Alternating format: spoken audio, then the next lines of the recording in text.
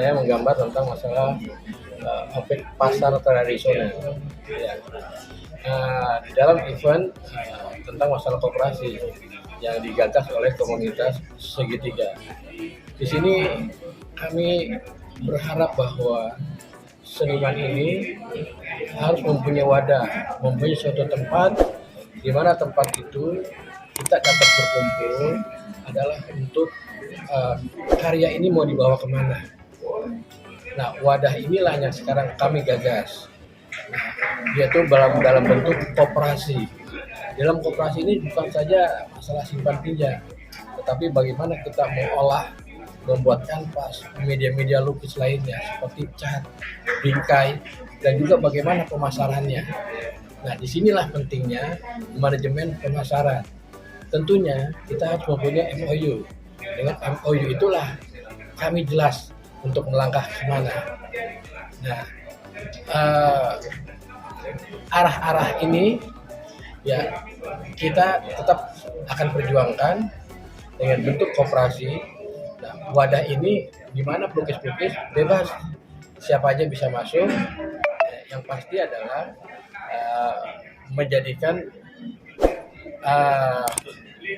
pelukis ini sejahtera, dan sistemnya bisa juga jual, bisa juga sistem sewa. Semoga harapan ini dapat terlaksana. Menjadi seniman yang bisa diterima produknya itu tidak serta-merta, karena proses dan persaingan maupun seleksi secara alam itu akan terjadi. Jadi kita nggak bisa bilang seniman yang sudah senior adalah karyanya lebih bagus dari seniman muda, tidak. Kita tidak bisa bilang juga seniman yang baru lulus dari Institut Seni Rupa di Jogja adalah belum punya nilai, tidak juga. Jadi segala sesuatunya tergantung proses. Dan saya melihat bahwa harusnya ada suatu wadah yang bisa dipakai untuk paling tidak menjadi tempat untuk berkolaborasi atau berkomunikasi di antara sesama perupa. Dan tempat itu harus tempat yang sifatnya akomodatif atau mengayomi, sehingga setiap anggota yang ada di dalamnya bisa berinteraksi secara terbuka tanpa terpaksa, dan akhirnya kreativitasnya juga tidak terbelenggu. Mereka tetap bebas berekspresi, dan ekspresinya itu akhirnya bisa diterima oleh pasar dan bisa dihargai, sehingga apa yang dikerjakan bisa membawa manfaat kembali paling nggak berupa itu, supaya bisa mendukung kegiatan produksinya, syukur-syukur bisa meningkatkan perekonomian dia sebagai pribadi maupun keluarga. Saya pikir itu penting. Kebetulan koperasi ini kan salah satu sokoguru ekonomi yang sudah diumumkan dulu oleh proklamator kita, yaitu Bapak Hatta. Tetapi koperasi ini tidak terlalu menarik karena orientasinya jauh dari profit, padahal tidak. Koperasi ini sebetulnya wadah yang diakui dan bisa diterima daripada kita tercecer ya. Karya-karya yang bagus itu tercecer, dan karya-karya yang tidak bisa disalurkan untuk ketemu dengan segmen pasar yang sesuai. Pasar itu terbuka luas, dan setiap produk pasti ada nilainya sepanjang memang tepat pada siapa produk itu dipasarkan. Jadi salah satu bentuknya adalah berupa koperasi. Bikinlah koperasi, dari situ bisa berinteraksi. Mereka yang sudah sukses tentunya bisa menjadi contoh panutan, mendukung dan bahkan membantu yang belum sukses atau kurang sukses, dengan tentunya tidak meninggalkan aja kebersamaan atau konten-konten yang sifatnya positif dari koperasi banyak, tidak. Tentunya hal itu juga akan bermanfaat bagi anggota.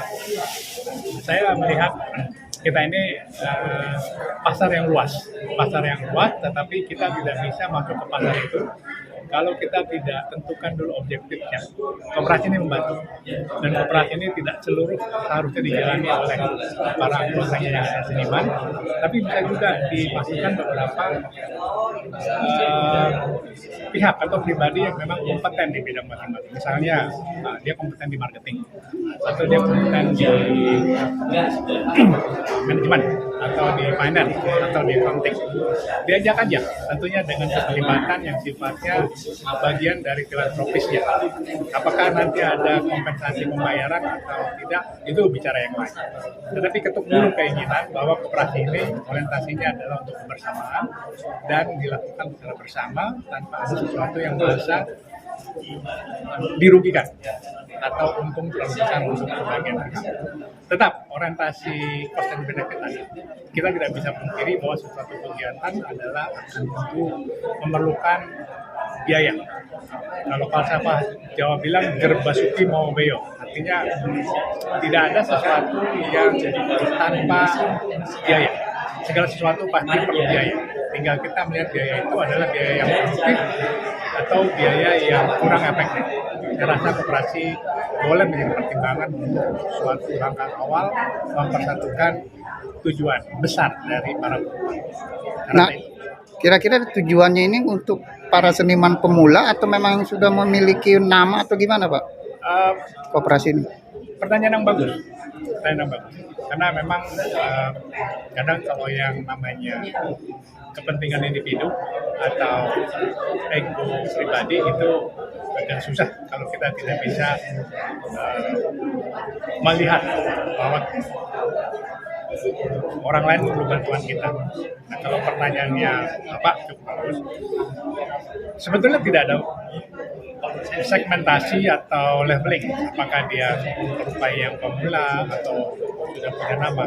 Sepanjang memang masing-masing dari mereka tergerak untuk menjadi anggota dan dalam program yang nanti dibentuk oleh tentunya badan yang disepakati di dalam kepengurusan dari koperasi yang sudah mendapat berkat lebih atau boleh dikatakan terkenal, bisa menjadi contoh panutan atau bahkan mendidik atau membina untuk anggota lainnya yang kira-kira prosesnya menuju sama seperti dia, sehingga keberhasilan itu boleh dibilang rata. Berkat rezeki itu kan sudah diatur dari Tuhan, tetapi bagaimana cara kita memperolehnya, itulah perjuangan kita. Jadi pilihannya bukan karena hanya yang sukses atau yang kurang sukses, tapi coba kita ajak supaya mereka bersama. Kurang lebih itu.